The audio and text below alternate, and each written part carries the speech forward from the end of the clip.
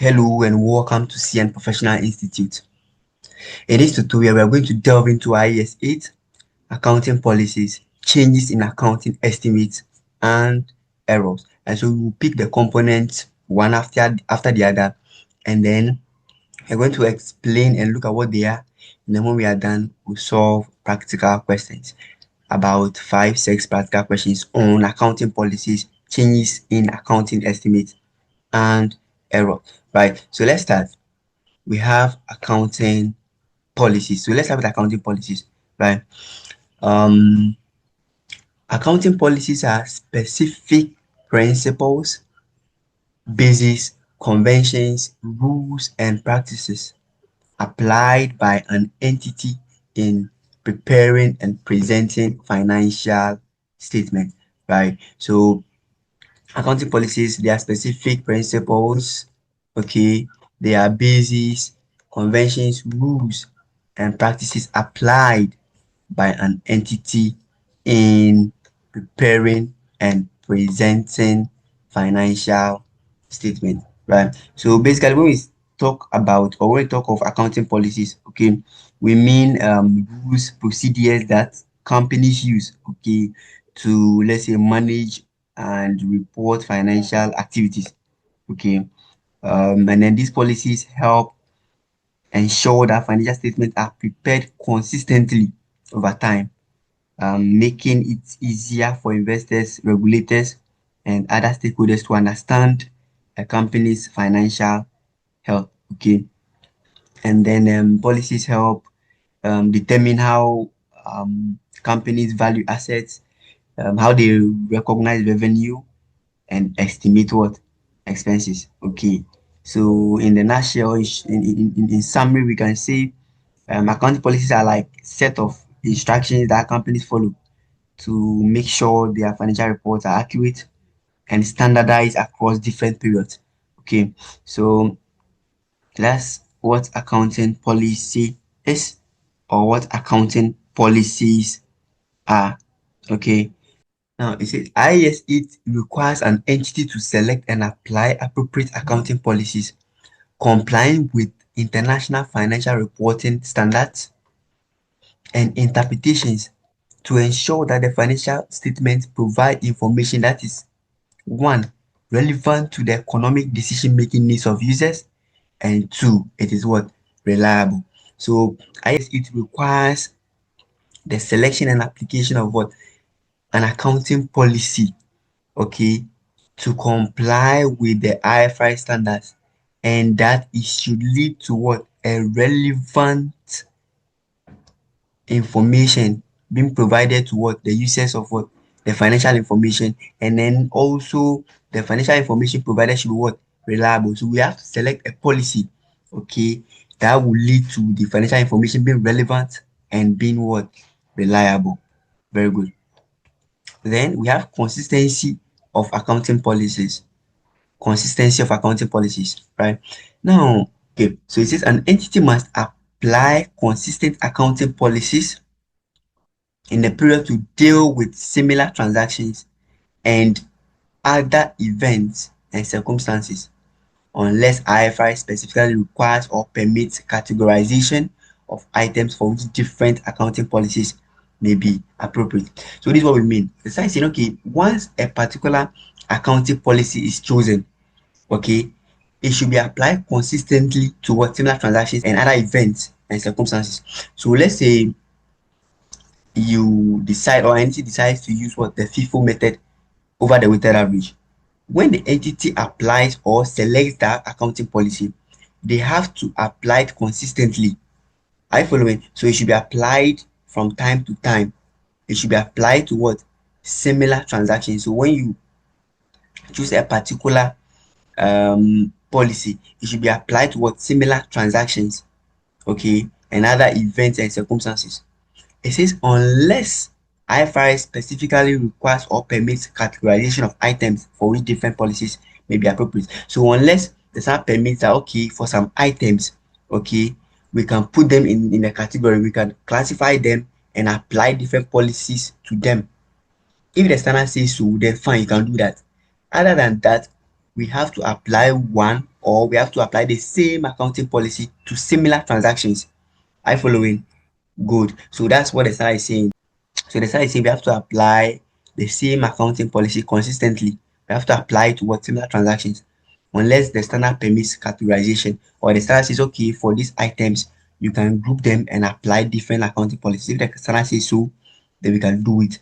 If not, we have to apply the same policy to similar transactions. Okay. Now it says there's an illustration here. It says IS 16 property, plant, and equipment allows the use of the cost model or revaluation model for measurement after recognition. So we see when we go back to IS 16, IS 16 says subsequently property, plant, and equipment should be measured at either the cost model or the revaluation model. So we can use the cost or what? The revaluation, right? So that is a policy. Okay, it's a policy. It says this is an example of where IFRS permits categorization of items for which different policies may be appropriate.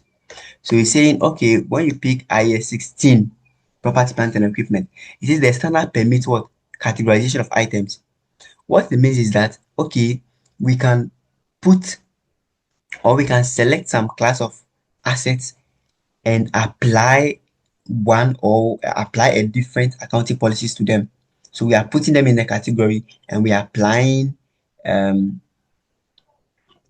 a different accounting policies to them.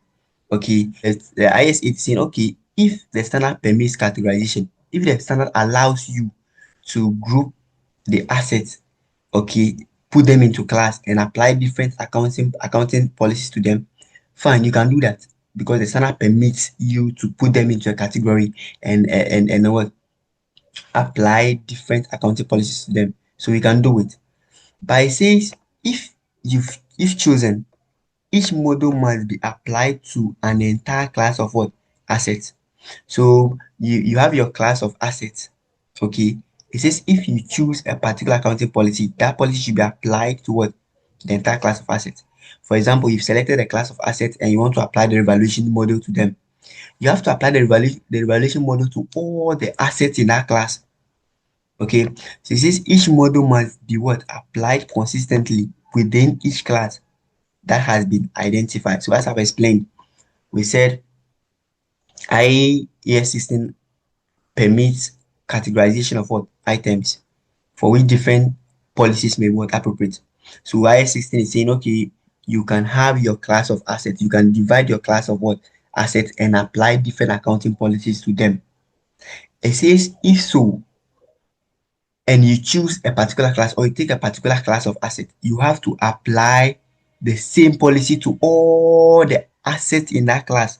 You don't apply it to some assets in one class and leave the others. Okay, you have to apply to all assets in that class. That's the consistency we are talking about. So if you pick a particular class of assets, okay, you have to apply the policy to all the assets in that class. You don't apply to one asset in that class and leave it. You have to apply to all assets in that class. So that's the consistency of accounting policies, right? Okay, let's look at changing accounting policies. There are situations where accounting policies can be changed. Okay, accounting policies can be changed. The standard says that accounting policies can be changed only and only if. So it's here. Okay, if you come here, it says IAS 8 requires accounting policies to be changed only if one, the change is required by an IFRS standard, or two, will result in the financial statement providing reliable and more relevant information. So these are the two conditions or situations where accounting policies can be changed. Other than that, one policy or if a particular policy is chosen, it should be applied throughout. These are the two situations. This one, when the change is required by what?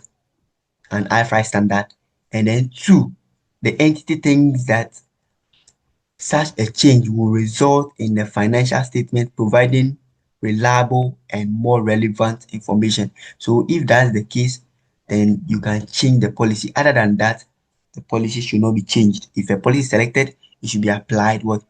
Consistently, right? So that says the rule is that accounting policies are normally unchanged from period to period to ensure comparability of financial statement over time. So that's the main reason for the consistency principle, right? That's why the science say we should be consistent, because once um the entity keeps changing the policies, it's very difficult to compare financial statements over time. That's why it says accounting policies, they are usually what unchanged from period to period to ensure comparability of financial statements. So that's the main reason for the consistency principle, to ensure comparability of financial statements over time. So that we can compare the financial statements from year one to year two, year two to year three. We can compare them over what time, right? But it also provides or allows for change, and the change is possible only if it is required by the standard or to result in the financial statement providing a more reliable and more relevant information, right? And it says that a change in accounting policy occurs if there has been a change in. Now, these things are very, very important. This is what will let us know whether a policy has changed or not, whether an accounting policy has changed or not. These three things here: one, recognition; two, presentation; and three, measurement. Now, if there's a change, or there has been a change in the recognition, the presentation, and the measurement, then we say there's a change in accounting policy. So be very careful with these things. These are the things that will help you know whether this thing that I'm talking about, this change here, is a change in accounting policy or is a change in what accounting estimate, right? So it says one, it says an account a change in accounting policy occurs if there has been a change in one, recognition. Example: an expense is now recognized rather than an asset, right? Let me give an example. Let's say previously, and let's say previously expenses are being capped, expenses are being expensed. Let's say interest cost or interest expense. Okay, previously is being what expensed, but now per IAS 23 it's being capitalized. So you are changing it from what expensing. So previously you were expensing it, you were recording it in P&L. Following IAS 23 borrowing cost, you are now capitalizing it. It's a change in what recognition. Okay, you are, since you are now what recognizing an expense rather than what an asset, or the other way around, recognizing an asset rather than what an expense. So this is when there's a change in recognition, okay, then there's a change in accounting policy. And I give an example: as you previously expensing your interest cost, but now following IAS 23 borrowing cost, you are capitalizing it. Capitalizing it will change it from expense to an asset, because when you capitalize an expense, you've added it to the asset, you've made it an asset, okay, rather than an expense. Another one is presentation. When there has been a change in presentation, how do you present the item, right? So this is when there's a change in presentation, then there's a change in policy. Example: depreciation is now included in cost of sales rather than what administrative expenses. So how do you present your expense? How do you present your depreciation? It says when you were, let's say, adding it to what administrative expenses, but now you've changed it and you are now including it in what cost of sales, then there's a change in accounting policy. There's a change in presentation. The way you were presenting it has changed. So when there's a change in presentation, then there's a change in accounting policy. Okay. So when you change the policy of presenting expense from the functional classification, right? That is, you were classifying it as what cost of sales or administrative expenses, and now you've changed it to what the nature of expense. Okay, if that happens, then there's a change in accounting policy. So when there's a change in presentation, there's a change in accounting policy. And then the last one is when there's a change in measurement basis. The change in measurement basis. Your measurement basis, you've changed it. So stating asset at replacement cost rather than what historical cost. So let's say you were using the replacement cost, you change the historical cost, or you're using the historical cost and now change it to what? The replacement cost. So when there's a change in measurement basis, there's a change in policy. Also, another example is where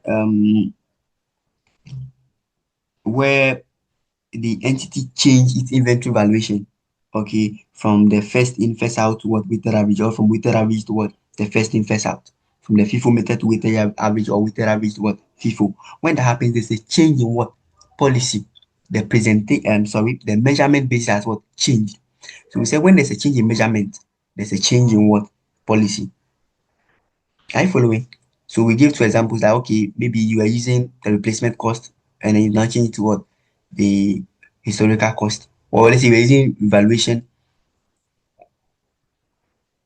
and then you've changed it to what? Historical cost. Okay. There's a change in what? Measurement. Or you were doing FIFO method and you now change to what with average. There's a change in measurement. So we say whenever there's a change in measurement, okay, then there's a change in accounting policy. So this, be very careful to determine if a change in accounting policy or not, then there should be a change in recognition, presentation, and measurement. You will see a question where you are given so many scenarios and you have to determine whether this is a change in accounting policy or a change in accounting estimate, right? So you should be able to determine whether it's a change. To determine whether it's a change, you have to base your answer on these three. Is there a change in recognition? Is there a change in presentation? Or is there a change in measurement? If one of these conditions is met, then we see there's a change in policy. Okay, so let's look at examples of accounting policies. So as I've explained in the previous slide, these are some of the examples of accounting policies. We have so many accounting policies, but these are some examples. This inventory valuation. Okay, whether you are using the FIFO method or the weighted average, it's a policy. Asset valuation, whether you are using the historical cost or the fair value method or the replacement of cost, it's a policy. And then expense recognition, whether you are capitalizing your expenses or you are expensing borrowing costs. So it says expense recognition, example, capitalizing or expensing borrowing cost, right? So these are examples of accounting policies. Then let's look at accounting for a change in accounting policy. How do we account for change in accounting policies, right? So it says the required accounting treatment is that a change in accounting policy should be treated or applied retrospectively. So a change in accounting policy should be treated what? Retrospectively, with an adjustment to the opening balance of retained earnings in the statement of changes in equity. Now, what do we mean by retrospective application? Okay, so it says retrospective application, right, means applying a new policy to transactions and other events and conditions as if the policy had always been what? Applied. So we are saying, okay, when we talk of retrospective application, okay, it means that we are going back to what? Make changes. Okay, we are going to apply it to the previous periods as if the policy has always been what? There. Okay, so for example, let's say the entity changes its inventory valuation from FIFO method to weighted average, right? We said this is a change in policy. We said with the retrospective application, we will go back to the previous periods, the earliest period, right? Let's say last year, last 2 years, last 3 years. We'll go back and we'll go and make the change. Okay, we're going to apply it to the previous what period. Are you following? So that's the meaning of what retrospective. It means go back to the previous periods and go and do what the change. The entity should adjust the opening balance for each item of equity affected by the change. So when we go back and then we go and apply the policy to the previous periods, okay, it says we have to do adjustment to the opening balance affected by the change. So if the change has affected a particular period, we have to do the adjustment to the opening balances affected, okay, for the earliest prior period presented, and the other comparative amount for each prior period presented as if the new policy had always been there. So it says, okay, if there's a change in policy, go back and adjust your opening balances, okay, affected by the change, as if the change or the policy had always been what applied. So just go back and apply it from the and apply the change to what the earliest period. Okay.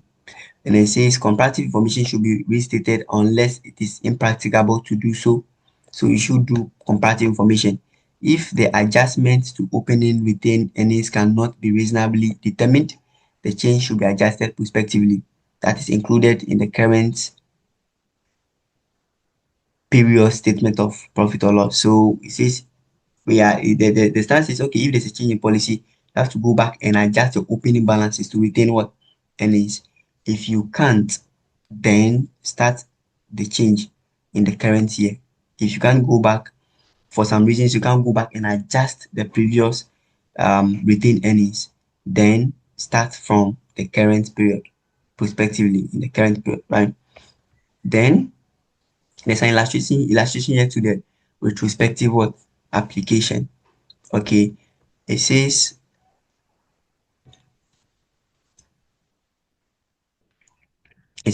a company presents comparative for previous year only. During the year ended 31st December 2x9, it changes an accounting policy, and this change must be applied retrospectively. If there were no change in accounting policy, the company would present statement of financial position as at 31st December 2x9 and 31st December 2x8 only. So it says, let's say we have an entity that presents comparative information for, let's say, 2 years. Okay, for the year ended 2x9, the comparative information will be what? 31st December 2x8. That's the normal thing that is supposed to be what done if they present comparative information for 2 years.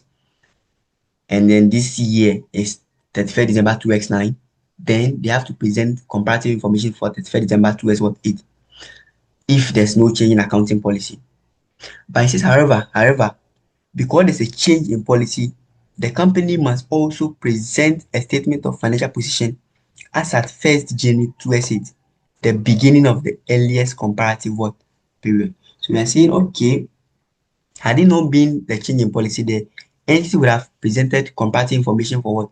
Only 2x what 8, or would have presented financial statement for 2x8 and 2x9. 2x8 being the comparative period and 2x9 being the accounting year, being the current accounting year. But it says because there's a change, then we have to present financial information for the beginning of the earliest period. And if there's a change in policy, then we have to adjust the financial statement. We have to prepare financial statement for the beginning of the earliest period. The change in accounting policy is applied retrospectively. We said that already. This means that the change should be applied to the balances as at 1st January 2008, as if the policy had always been applied.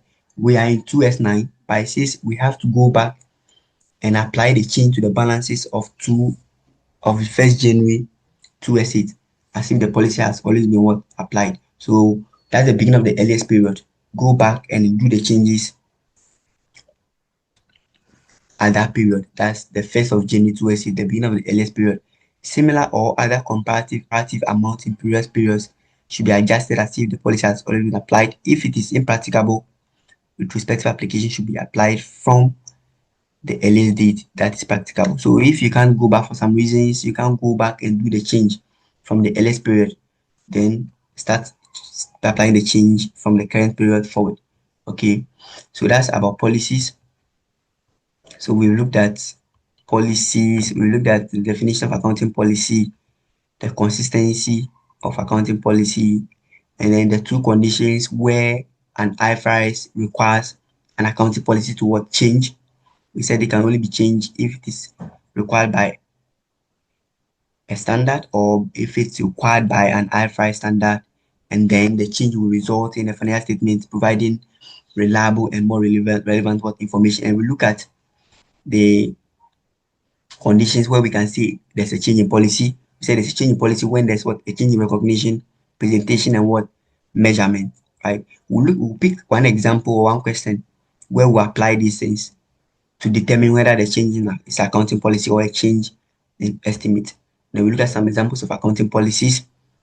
Then we look at how to account for accounting policies, where we said accounting policies are presented or applied what retrospectively, meaning we apply them as if the policy has always been there. So we go back to previous periods and we go and do adjustments to previous periods affected by what the change, and we do it as if the policy has always been there, and we do adjustment to what opening balances. Okay, that's the beginning of what the earliest period affected by the change. Okay, so we do adjustment to the opening balance of what retained earnings affected by the change. Okay, and we look at this example where we said if the entity is presenting comparative information and the year in which they are now is 2x9, then the comparative information will be for 2x8, meaning that they present financial information, or they will present two financial statements, one for the year ended 2x9 and one for the year ended 2x8. But we said where there's a change in policy, then they have to add another one, right? They have to present or prepare another financial statement as of 1st January 2x8, and that's the beginning of what the earliest period. Okay, so they have to go back to the earliest period and then affect the change or make the change there, right? Very good. So that's it with accounting policy. Let's look at accounting estimates and changes in what accounting estimate. Okay, so it says an accounting estimate is a method adopted by an entity to arrive at estimated amount for the financial statement. Most figures in the financial statement require some estimation. You know, yes, accounting estimate is just like it is a method adopted by an entity to arrive at what? To arrive at an estimated amount for the financial statement. Let me give you an example. You see, there are so many examples. Examples like bad debt, useful life of an asset. If you pick these two examples, their estimation is the entity that will estimate the amount. When the entity buys a non-current asset, they estimate that okay, for this asset, the useful life is what? 15 years. The useful life is 20 years. It's an estimation. I follow it's a judgment that they are making. So that's what we call accounting estimate. So accounting estimate is just like a forecast, a prediction. Okay, the excess of a judgment to determine an amount that you have to record in the books. Are you following? And another example is bad debt. It's the entity that will estimate that amount. They will use their judgment, okay, either from past events to estimate the amount of bad debt that they have to record in the financial statement. So these are what accounting estimates. Okay, so when we talk of an accounting estimate, they are just methods that the entity use, an organization use to determine an amount that they have to record in a financial statement. Okay, so that's all. So financial statements, as we said, most of them are full of estimations. Example is, as I said, the useful life. If two entities should buy the same asset at the same cost, depreciation will change for the period. Why? Because they might have different what useful lives, or they might attribute different useful life to the asset, and that would change the amount of depreciation to record. Okay, so with accounting estimates, we are saying that we don't have a fixed amount, or we don't have a particular amount that we have to select, but the entity will use their own judgment to arrive at an amount that they have to record in the financial statement. Okay, and we said most figures in the financial statement they require what estimation. I'll give you an example. Okay, bad debt require estimation, useful life of an asset require what estimation, residual value requires estimation, because if you buy an asset now, you estimate that you estimate that in 5 years time I'll sell it at what 20 cities, or in 5 years time I'll sell it at 5,000 cities. They all are what estimations. Okay, they are the entity just using their judgment, or the entity is using its judgment to arrive at an amount, to estimate, to make a prediction of an amount, and that's what we'll be recording, or the calculation will be based on. Okay, so that's an accounting estimate. Okay, and it says most figures in the financial statement require what? Some estimation. But one, that's the exercise of judgment based on the latest information available. And then at a later date, estimates may have to be revised as a result of availability of new information, more experience, or subsequent development. So it says these estimates that we are doing, they are based on latest information. as at that time, or the exercise of judgment based on latest information as at what that time. Okay, so as I said, an example is your bad debt. To estimate your bad debt in a financial statement, okay, you can use the latest information available as at that time. Maybe you've heard that your data or yes, your data is in serious crisis and might not be able to pay you. You are using the latest information as at that time to what, to estimate your bad debt, or along the line you can revise it based on new information. You felt that okay, things have changed and this, so you change the amount. Okay, we do the same thing to PPE. Along the line, you realize that okay, we have revised the useful life. Why? Because of what? Availability of what? New information. So you go back and revise the useful life of what? The the asset of the non-current asset, right? So all these things are what? Accounting estimates. So we have some examples here. Useful life of what? A non-current asset, the residual value, okay? Then a change in method of what? Depreciation, okay? For non-current assets. This one here, method of depreciating non-current asset. It's if there's a change in method of depreciating a non-current asset, then there's a change in accounting estimate, right? Initially, let's say if the entity initially buys a non-current asset, okay, and they decide to select a particular accounting and they decide to select a particular method of depreciation, they select a particular method of depreciation. That method of depreciation is likely to be, or that's likely to be, a policy choice. Okay, maybe they want to use straight line over reducing balance, but along the line, okay, or once chosen, any subsequent adjustment to the method. So they've chosen the accounting method. Let's say they've gone for the straight line. Along the line, if they change it to reducing balance, they change the straight line to reducing balance. There's a change in estimation. Why? Because of a revision in the assets what economic benefit. Immediately there's a change in accounting and the method of depreciation. The entity is reviewing or revising the um the amount that will impact the amount, okay, of depreciation to record. Okay, so normally changes in method of depreciation are changes there are changes in what? Accounting estimate. So when there's a change in depreciation from straight line to reducing balance, it is change in accounting estimate. Even with that, you can even apply the three criteria. Is there a change in recognition? Is there a change in measurement? Is there a change in presentation? If you change your method of depreciation from straight line to reducing balance, ask yourself, is there a change in measurement? Is there a change in recognition?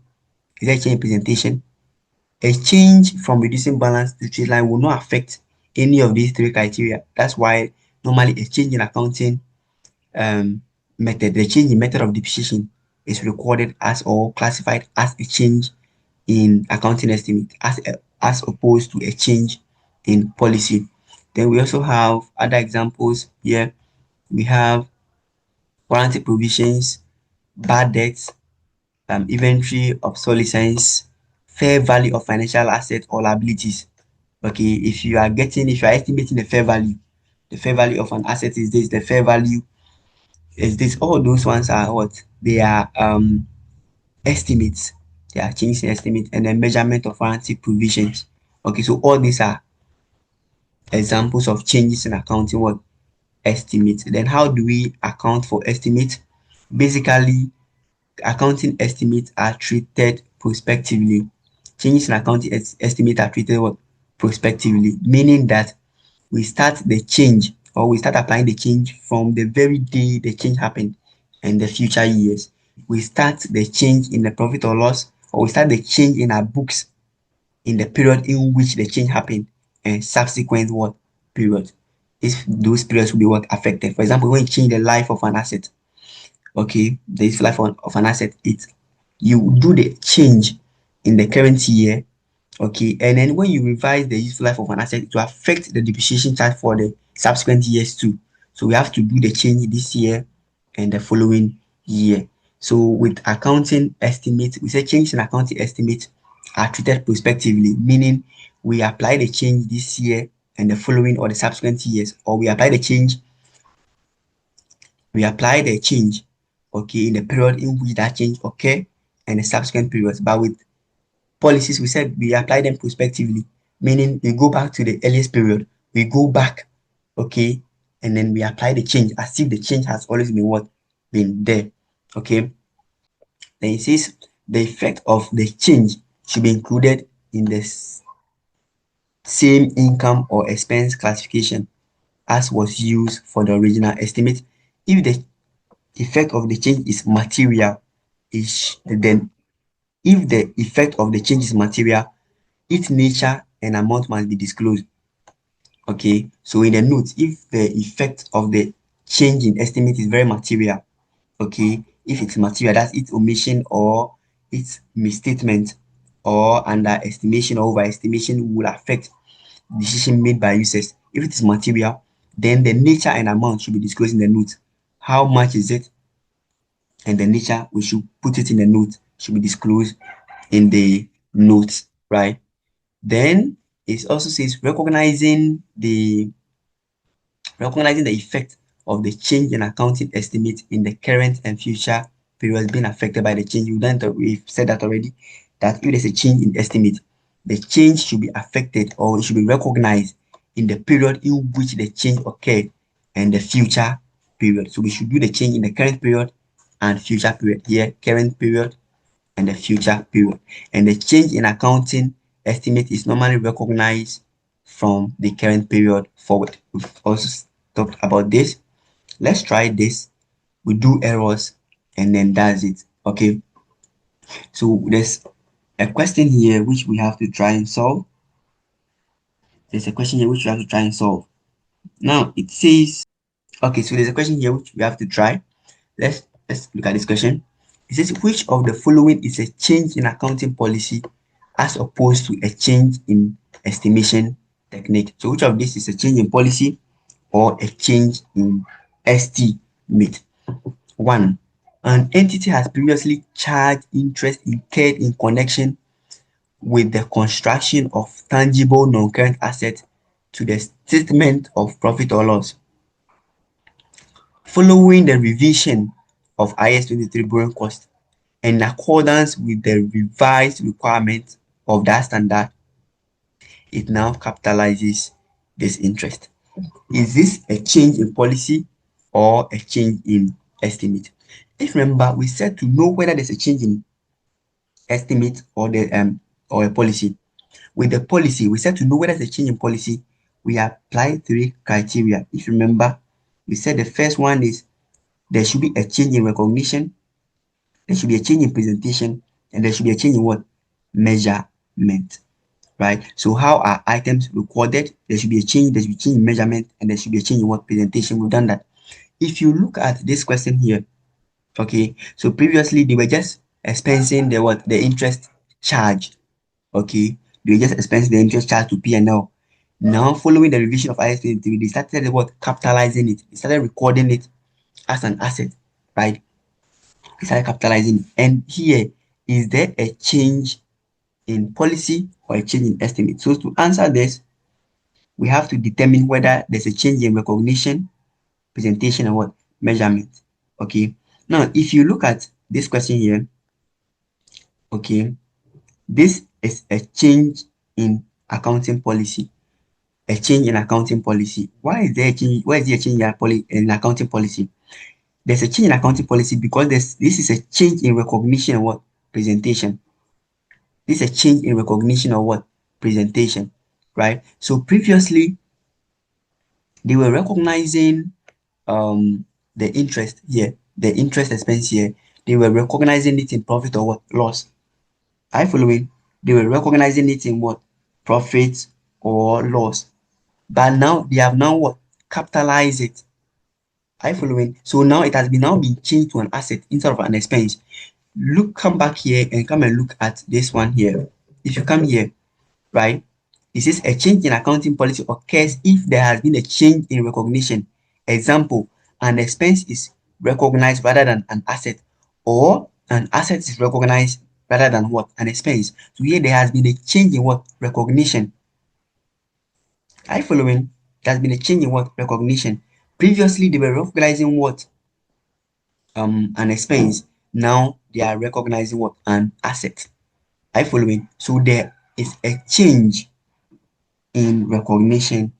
There's a change in recognition and presentation. So here, this year is a change in accounting policy. Let's go at number two.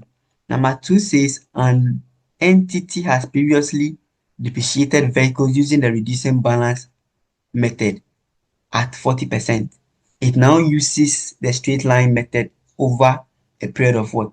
5 years. So previously they were using reducing balance. Now they are using straight line method. And the question is this a change in accounting policy or a change in accounting estimate? And the question is, this is a change in accounting estimate. It's a change in accounting what? Estimate, not a change in policy. Why? Because the three criteria we looked at in the previous slides are not met for this. Are you following? Come and check. Here, first one, we said recognition. Is there the question, what we are looking at, is it a change in recognition? No. Is it a presentation? No. Is it measurement? No. This is just, they are just changing the useful life. Sorry, they are just changing the method. They are changing from what? Reducing balance to straight line. This is not a change in recognition. They are not recording or they are not recognizing expenses of asset or asset instead of expense. This is also not a change in presentation, and it's also not a change in measurement basis. So if you compare this with what we have, the question two, the change in the method of depreciation from reducing balance to straight line method, it's not a change in policy, but rather a change in estimation, a change in estimate, right? And we said that okay, with the method of depreciation, we said okay, for the, let's say for the first time, okay, if the entity is selecting their accounting policy, the method of depreciation for the first time, it's likely to be, that alone is likely to be what? A policy. But once it is selected, any subsequent change will result in a change in what? Estimation. Basically, this is a change in estimate, because if you apply the three criteria we looked at, it is not a change in recognition, it's not a change in measurement, and there is no a change in what? Presentation. Number three, an entity previously shown certain overheads within cost of sales. It now shows these overheads within administrative what? Expenses. So previously they were recording certain overheads within cost of sales. Now they've changed it from cost of sales and they're now recording it as administrative what? Expenses. So this one too, is it a change in accounting policy or a change in accounting what? Estimate? We say this is a change in policy. Why? There's a change in presentation. If you go back again to what we looked at, okay, the three conditions we looked at, we said for a change in estimate to happen, sorry, we said for a change in policy to happen, then there should be a change in recognition, a change in presentation, and a change in what? Measurement. So if you look at this here, it says previously they were recording certain expenses, okay, in cost of sales. They were recording some certain overheads in what? Cost of sales. And now they have now moved to what? Administrative what? Expenses. They were recording it in cost of sales, then they've now moved to what? Administrative expenses. So if you look at here, they have changed their method of what? Presentation. Previously, they were presenting it in what? Cost, sorry. Previously, they were presenting it in what? Cost of sales. But now they are presenting it in what? Administrative what? Expenses. So there's a change in presentation. I follow here, there's a change in presentation because they were presenting the expense. How do you present the expense in the financial position? In the financial position, previously they were presenting that expense in cost of sales, but now they are presenting it or they are showing it within administrative expense, where there's a change in presentation of the expense in the financial position or in the financial statement. There's a change in the financial statement, there's a change in the presentation in the P&L. So here there's a change in accounting policy. So here is a change in accounting policy because they have changed the way of the presentation. Okay, and we said with this point two here, the change in method of depreciation, it doesn't affect change in presentation. Okay, the depreciation will still be recorded in either the method, how they were recording. If they were recording the depreciation in cost of sales, okay, they changing it from reducing balance to straight line will not change it, will not change. They are not changing the presentation, right? They are not changing it from maybe recording it in cost of sales to recording in administrative expenses. It just they just change the method. So this method that they've changed might not impact, okay, the presentation. If they've stopped recording it in cost of sales and they are now recording in administrative expenses, then it's a change in policy. But here they are just changing the method of what depreciation, which will not impact presentation, and then will not also impact recognition, and will also not impact what um measurement. And then lastly, this is an entity previously measured inventory at weighted average cost. It now measures inventory using the first in, first out method. And this is also a change in accounting policy. A change in accounting policy. Why is there a change in accounting policy? So this is a change in accounting policy. Why? Because they are changing their measurement basis. They were measuring, mm, they were measuring inventory using weighted average cost, and now they have changed the measurement to what first in first out. So there's a change in measurement. So far there's a change in measurement, there's a change in accounting policy. So they've changed the accounting policy, right? So that's it. So this is a change in accounting policy because of the change in measurement. So one, number three, and four are changes in policy, whilst two is not a change in policy but a change in estimate, because it's not change in recognition, it's not change in measurement, and it's not change in presentation as well. Okay, then finally we look at this and we are done. Prior period errors. Errors will be very fast. It says errors are omissions. Okay, so it says errors are what? Forms of omissions, misstatements in a financial statement for one or more periods arising from a failure to use information that was available when the financial statements for those periods were authorized for issue and could reasonably be expected to have been taken into account in preparing those financial statements. Right. So very simple. We said just say errors are what? Omissions and misstatements in a financial statement. That's all. That affect, or that has the ability, or that have the ability to what? Affect the information that is presented on the financial statement. So errors are what? Omissions and misstatements in the financial statement. And these errors, it could be what?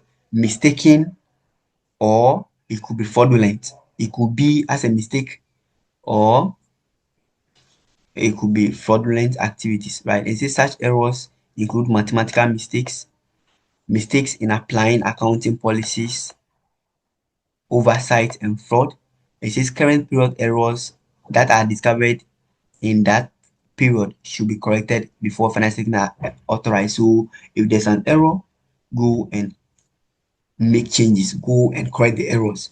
If there's an error, go and correct the errors before the financial statements are authorized. So that's errors, they are omissions or misstatements, the financial statement. And it said they can be what? Intentional, or they can be by mistake. So either intentional or unintentional, right? Then errors are dealt with by restating the opening balances. So here to the same. If the errors affect the opening balances of asset and liability, then we have to what? Adjust them. We have to make adjustment to the opening balances. We also have to make adjustment in the statement of change in equity. That's, you have to adjust the retained earnings affected by what? The change. Okay. Restating the comparative figures presented as if the error had never occurred. So here to the same thing. We have to go and adjust all the balances, the figures affected by the error. So we have to go back far and adjust the errors. That's why we see errors are also treated what? Retrospectively, just like the policies. We have to go back and adjust those errors. Okay. This is all material prior period errors should be retrospectively what? Corrected. So we have to treat them retrospectively, meaning we have to go back and adjust them.